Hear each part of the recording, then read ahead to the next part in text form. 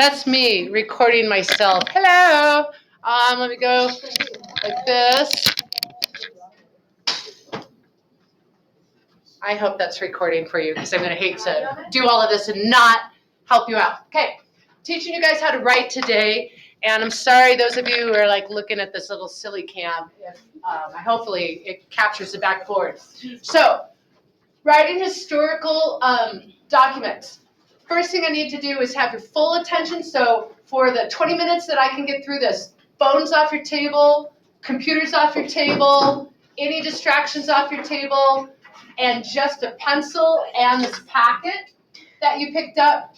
And we're going to take some notes on that. We're going to kind of write out the outline of a historical paper. Okay, what have we done so far?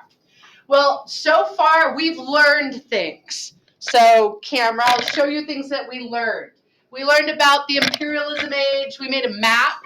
A lot of good information's there. We took a zillion notes. We took 7 different lectures. So there's a lot of good info there that's going to go on this poster. And I'm going to pass it back to you because there's some brilliance here, are the pro and con of imperialism that you guys came up with your partners at your table. All of this is the pre-knowledge, okay? That's in your head. Then your social studies, your history teacher is going to hit you with a prompt, and they're going to send you off, and they want you to write a paper. But there actually is a process to set it all up.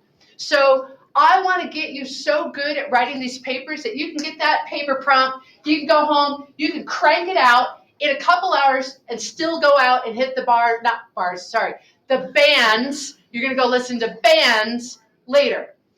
When you are in college or trade school, your papers are going to be based on other books the professor made you read. And as you're reading those books that you had to buy, you have probably marked passages in them that you think are important. You've either put a little post-it there or you've written in those books. All of that is going to go into your paper and add some substance to the historical argument that you're going to make. When you get the paper prompt, it's called a prompt, okay? You're going to have to put all of your thinking down first before you jump into the paper so that there's a logical flow. So at the very top of your notes, can you please write prompt and mapping thesis? Okay, that is in the intro. Your paper is going to have 3 sections: the introduction, the body, and the conclusion. So those should be words that go along the sidebar because you're copying all of this down, okay? So up at the top, you've got your prompt. That's what the professor is asking you to write a paper about. You've got your mapping thesis, which I'm going to review what a mapping thesis is. All of that is in the introduction. And then kind of skip some lines because I'm going to talk about the body of your paper. But for this assignment, it's just going to be a poster, the body of your poster. And then lastly is a conclusion, which really isn't very fancy. It's just to slap on and let people know at the end that you're done writing, you're done reading, done. So mapping thesis, to review, because we practiced this in class, is giving a roadmap of where are you going in this paper. What argument are you going to make? So let's look at the prompt. This professor, me, has asked you to compose a paper, but really it's just going to be a poster with partners this time.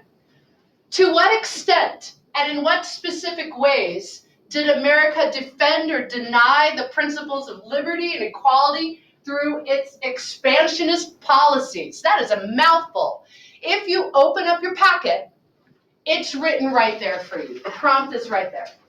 That's the prompt. That sounds like a lot of fancy words, but really it means, how did we uphold liberty and equality in the imperialism age? Or how did we deny? And you've already fleshed out some thinking around that because you made your pros and cons list, which I'll get back to you. There's some good things that we did about imperialism, like bringing democracy, bringing Christianity, bringing education, making the world safer, kicking butt in World War I. All of that's good. But there's also some bad. Social Darwinism, that whole white man's burden, thinking that we can just help ourselves to people's resources, doing it in ways that aren't particularly moral or ethical, using our gunboat or our dollar diplomacy to mess around with other countries. There's a long list you made of the cons.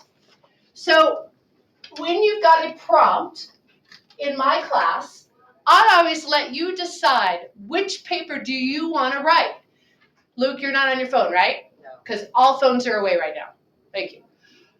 Do you want to write a paper that America's awesome? Do it.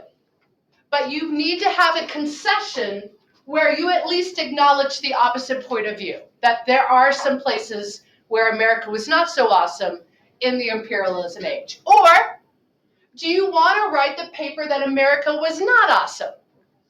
Fine. Either one's fine. But you still need a concession where you have to acknowledge at least something that the United States did awesome. Do you have a question on that? Okay, so once you decide, you and your partner, because this first one you get to have a partner, when you decide which paper you want to write, then I'm going to show you the flow. Now, I never care what your own personal views are. You could totally write a paper that America is awesome and not believe it. But maybe you take that one because it just is easier. Or maybe you write a paper that America is not awesome. I'm never going to think that that's exactly what you think. I'm just, can you argue? Because eventually at the end of the year, we're going to be in a debate and you don't know which side you get on and you have to argue that side. Even if you don't think that we should have dropped a nuclear bomb on Japan, you might be on that side that's like, yeah, go nukes. So the ability to argue is the skill that I need to map out for you there, okay? So let's talk about mapping thesis. A mapping thesis has to have a concession. So please write down that word again. The concession is the opposite side. And when you are putting your thesis together, it probably has an introductory phrase like although or even though, or some people may think trying to write in third person. You can make it fancier. There was somebody in here, you had like super sophisticated writing, clearly doing APLA. I'm just trying to give you like bare bones. Oh, it might have been almond or something. You had like something so fancy, okay? Although or even though is good enough for me. Then there's a concession, which is the opposite side. But then comes your argument. And a good rule is 3. I want you to give me an argument with 3 supporting positions. You could give me 4, you could give me 5, but now you're making a huge paper to write. And nobody has time for that. So I think for high school at least, and really honestly for your freshman and sophomore papers, 3 supporting arguments sounds good. In fact, your professors in 2 years are going to be like, oh my God, this kid can write, and you're going to be blowing the socks off of all the other kiddos. So the U.S., and then you would write upheld or didn't uphold, because you get to decide like which paper you're going to write. The principles of liberty and equality. You could just like shorthand that because eventually it's going to be written out on your poster. And then by how? Well, maybe we'd look back if I was writing a paper against the United States, my concession might be that although we got Hawaii as a state, woo, yay for that port, the ways we went about it were denied liberty and equality because we forced our religion on people. There's one reason. We erased their culture. That's the second reason. And we placed ourselves in precarious positions internationally and got involved in World War I. Or, let me flippy floppy. Let me write a pro-USA paper. Although the ways that we went about getting Hawaii were questionably unethical, the United States upheld liberty and equality by saving Cuba, saving the Philippines, and saving the world from tyranny in World War I. Rah! So either paper's fine, but your mapping thesis is going to tell me now what the rest of your paper is going to be. So let's map out the rest of your paper. And I really like it in this order. Of course, you could be sophisticated and give me something fancier, but again, I'm just giving you like the recipe for an A, okay? This is an A. So, after you've got your introduction, comes the body of the paper. The body of the paper needs to have an entire paragraph for the concession. One entire paragraph. It doesn't have to be the most awesome paragraph because the rest of your paper is going to be your argument with the supporting reasons, and it's going to be the crusher. But you need to acknowledge the other side. So there needs to be a paragraph for the concession. And I like it in the beginning of your paper so that the rest of what I read is super strong. So write down concession in your body. Again, you are copying exactly what's on the board here. So far, you have written prompt and mapping thesis for the intro. Now we are outlining what's in the body of your paper, which is a concession paragraph, and then 3 more paragraphs. Reason 1 paragraph, the reason 2 paragraph, the reason 3 paragraph, and then again, that's enough because you're in high school and it's not like you're going for a PhD. When you go for a PhD, I don't know, you get like a gazillion paragraphs. So that's the body. Now, something else I want you to write by the body of your paper, put that phone away, is this needs to have a ton of details from your notes. If you want an A, do not just write about the docs, which I'm going to get to in a second. Some kids think, okay, well, I'm just going to like talk about the old stuff, done. But why did we take all of those notes in class? It's because now I want you to put all of those details in your paper. The gritty stuff, the boring stuff. Give me the year of the Foraker Act. Give me the year we liberated the Philippines. Give me the year we annexed Hawaii. Give me those boring details. Give me the names of the people. Talk about the presidents. Talk about the names that you remember. The butcher, Whaler. I want to hear those little gritty details in the body of your paper. Notice up here, I said don't put any gritty details in your intro. Your intro is just like a trailer to a movie. You don't even know what's like. It just is giving you a little teaser. So I don't want any of the specifics in your introduction. None. No docs, no details. You're just giving me the little teaser highlights, and that's in your introduction. Same thing for the conclusion. If you were adding information on that very last paragraph, I would feel like I needed to still read. Like, oh, you're still going? Oh, okay, I'll keep reading.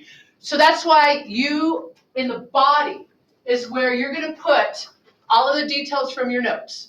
Nowhere else. Okay? The conclusion is where that's the very last part of your paper. That's where you just wrap up what you were writing to give the reader the feeling that they're done. And no new info there. And then the last thing that we need to talk about is the historical evidence. So far, this flow, you should be like, yeah, that feels doable. I've got a mapping thesis. I have a paragraph for my concession. I've got paragraphs for the supporting ideas that I have. I've got a wrap-up conclusion. There's some logical flow. But this becomes the little added little stinger. For historical essays, you need historical documentation. So again, I was just trying to like do an exemplar with the books. You've been reading all of these historical books for your professor. Now you've got to put this in that. And so rather than have you guys read books, your U.S. history teachers have just taken out excerpts, and these are called documents. So that's why it's called a document-based essay, is the very final thing that you're going to do. This is almost like icing on a cake, is you're going to add historical proof. So today, together, I'm going to help you go through and highlight on this document what are some good nuggets that you could quote in your paper or in your poster.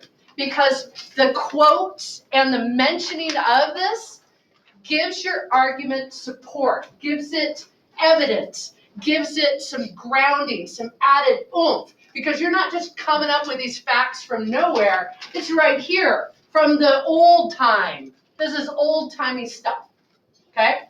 So questions so far on this. You should have copied down what's on the board here. Your introduction, the prompt, the mapping thesis, starts with a concession, 3 main ideas, the parts of the paper, because your poster is going to have the same. It's going to have a concession part of the poster project.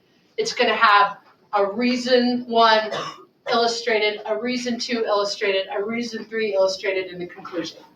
Questions so far? Okay. So now, I gotta like somehow switch the camera thingy, so you need to pause here so that I can go through on my other camera the docs and highlight what I think would be helpful in your poster project. So I'm gonna pause this and let me see how I do that. Gotta go here.